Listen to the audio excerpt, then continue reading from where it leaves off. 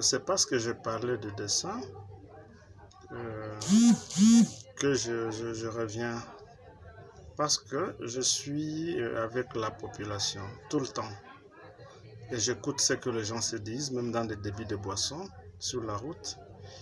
Et je ne peux pas y attacher beaucoup d'intérêt parce que les gens disent, ils parlent, ils échangent, et surtout sous le coup de la bière, les gens peuvent dire n'importe quoi.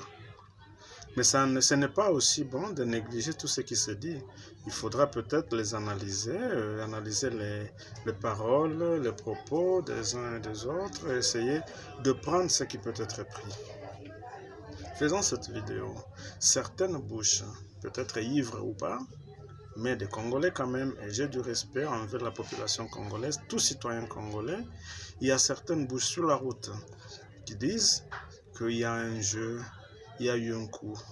Et le jeu était fait tel que, avec la machine à voter, c'est Fayoulou qui était préparé pour être président de la République parce que lui avait accepté de céder l'Est de la RDC à ceux-là qui voulaient faire de lui un empereur à l'Ouest. Et donc il y aurait un partage, et ceux-là qui veulent faire ce qu'ils veulent faire restent à l'Est. Fayoulou qui a accepté qu'il y ait cette scission va à l'Ouest et il y a la balkanisation. Et c'est pourquoi Fayoulou, pour commencer son jeu, commençait déjà à dire que tous ceux de l'Est sont des Rwandais. Et avec l'union entre Kamere et Félix, l'union qui a créé Cash, la carte a semblé changer parce qu'en ce moment-là, on avait un groupe de deux leaders avec une masse derrière qui faisait une cohésion, et l'un était de l'Est, l'autre de l'Ouest. Donc, les clivages semblaient être impossibles. Et la réflexion a été faite rapidement en disant, mais de toutes les façons, si on garde ces deux gens dans l'opposition, on ne sera jamais balkanisé parce qu'ils sont très populaires. La seule chose à faire, c'est de voir comment leur donner le pouvoir afin que qu'ils soient à la tête, mais qu'on arrive quand même à les diviser pour avoir ces clivages. Et comme dans la machine à voter, il est clair que ce ne sont pas eux qui sont votés, qui sont élus par le peuple, on peut jouer sur cette carte-là. C'est ainsi que des négociations autour des élections pour, en fin de compte, proclamer un président élu. Ça, c'est la masse, c'est la foule, c'est la rue qui le dit ainsi. Et c'est la raison d'être de la réclamation, la revendication de Fayoulou sur la vérité des urnes, parce que la machine à voter lui avait déjà donné 64% de suffrages, ce qui est d'ailleurs impossible. Et maintenant, il se pourrait, donc là, je ne dis pas que ça ne vient pas de moi, il se pourrait que dans les pourparlers, on dira au président de la République, son Excellence Félix, si tu nous cèdes de l'Est, on te laisse tout ce qu'on avait donné à Fayoulou. Mais à condition, pour que ça réussisse, que tu nous écartes ces messieurs de l'Est, mais pas l'écarter simplement et les laisser en mesure de travailler, mais l'écarter et l'effacer définitivement. Je ne sais pas si c'est vrai, mais c'est ce qui se dit dans la rue.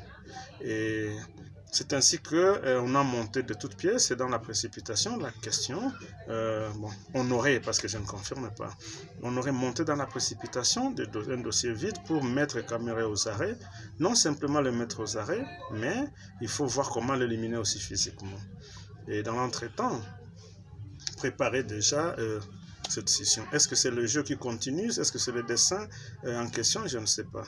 Et il se pourrait que c'est ça le plan. La raison pour laquelle tous ceux-là qui connaissaient le jeu, quand ils ont vu Kamere en prison, quand ils ont entendu le divorce entre le FCC et le Cash, ils se sont dit, ouf, on y est, c'est le moment, parce qu'ils ne vont pas se relever de là.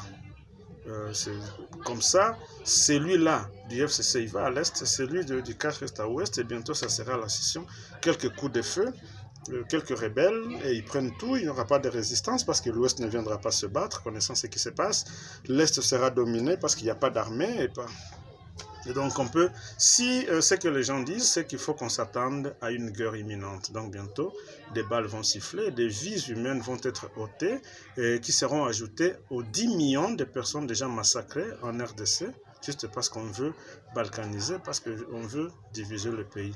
Et si maintenant c'est vrai ce que les gens disent dans la rue, dans ces cas, c'est un appel patriotique à toute la population congolaise, à toute la population, parce que le mal étant profond, le mal étant grand, à mon humble avis, il n'y a que le peuple congolais uni qui peut essayer encore de sauver la case qui brûle. Mais si on s'attend à ce que ceux qui sont à l'Est nous aident, ils seraient en ce moment-là dans un putsch, le même que ceux qui sont à l'Ouest. Et dans ma tribu, on dit, celui qui veut te ravir un champ, ce n'est pas à celui-là qu'il faut demander les limites parce qu'il va les biaiser. Et celui qui veut t'exterminer, ce n'est pas auprès de lui que tu vas chercher refuge. Donc le peuple congolais devrait se réveiller, ouvrir l'œil et le bon, et regarder dans quelle mesure c'est sauver, et sauver la case, sauver la maison, sauver la République dans l'unité.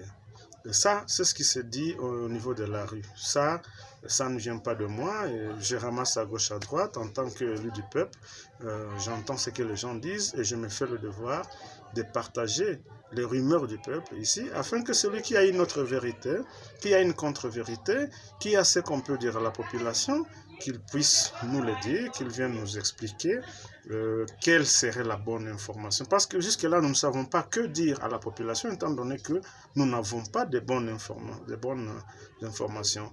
Et à mon niveau, je ne dois pas prendre ce qui se dit aux médias pour aller dire voici ce qu'il y a. Nous occupons une certaine... nous sommes à un certain niveau où nous avons droit à de l'information vraie parce que nous sommes capables de la gérer. Mais du moment que nous n'avons pas de bonnes informations, nous pouvons écouter ceux-là, le souverain primaire, ceux qui nous ont envoyés, qui nous ont mandatés, et essayer d'analyser ce qu'ils ont dit pour voir s'il y a un peu de vérité dedans. Et c'est ce que je vous partage pour que vous puissiez nous dire ce que vous en pensez. Merci beaucoup.